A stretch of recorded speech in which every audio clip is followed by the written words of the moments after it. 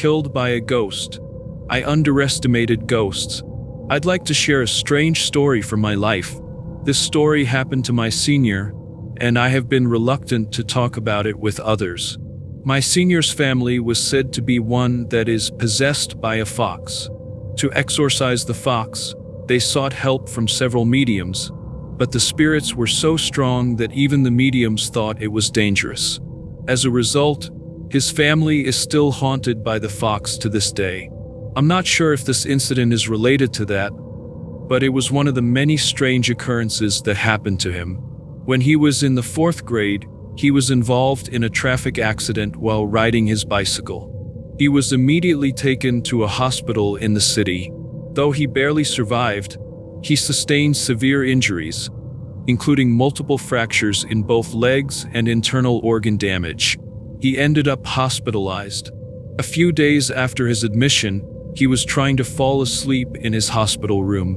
While he had somewhat recovered from his condition, he couldn't move his legs and was still unable to get out of bed due to 4 drips.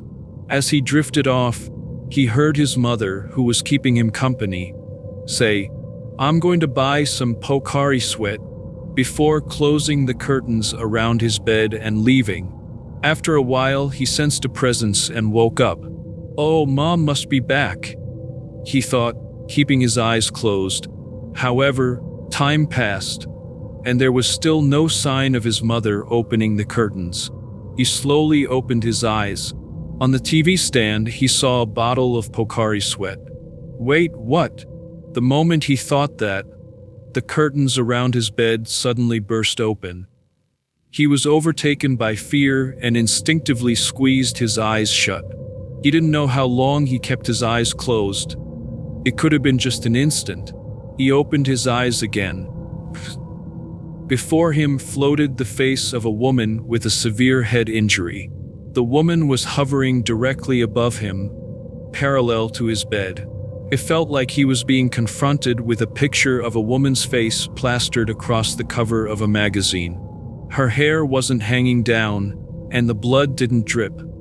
She looked like a still photograph, staring at him with a greenish hue. He was so frightened that he lost consciousness. When he came to, he found himself in a wheelchair.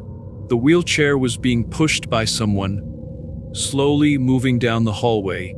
He instinctively tried to turn around, but pain shot through his entire body, immobilizing him. He had no idea what was pushing the wheelchair, but it kept rolling down the corridor. Eventually, they passed by a mirror in the hallway. In the mirror, he saw the same woman, dragging her feet while slowly pushing the wheelchair.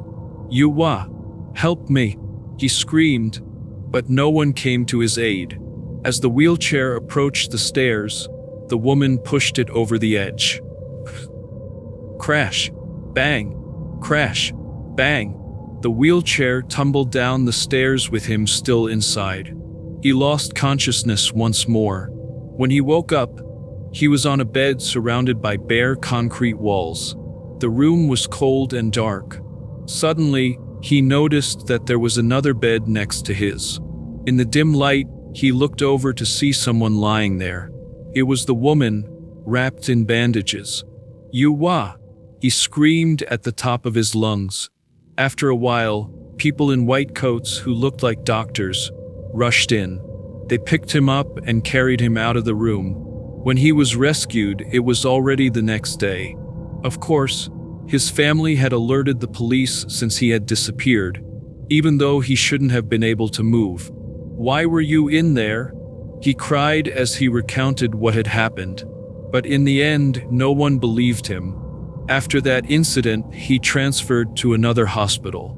Note: the room from which he was rescued was the hospital's morgue. The woman he encountered had died in a traffic accident the day before his strange experience. Perhaps she was so lonely that she wanted to take him with her. As he shared this story with me, he said, "Ghosts can kill people,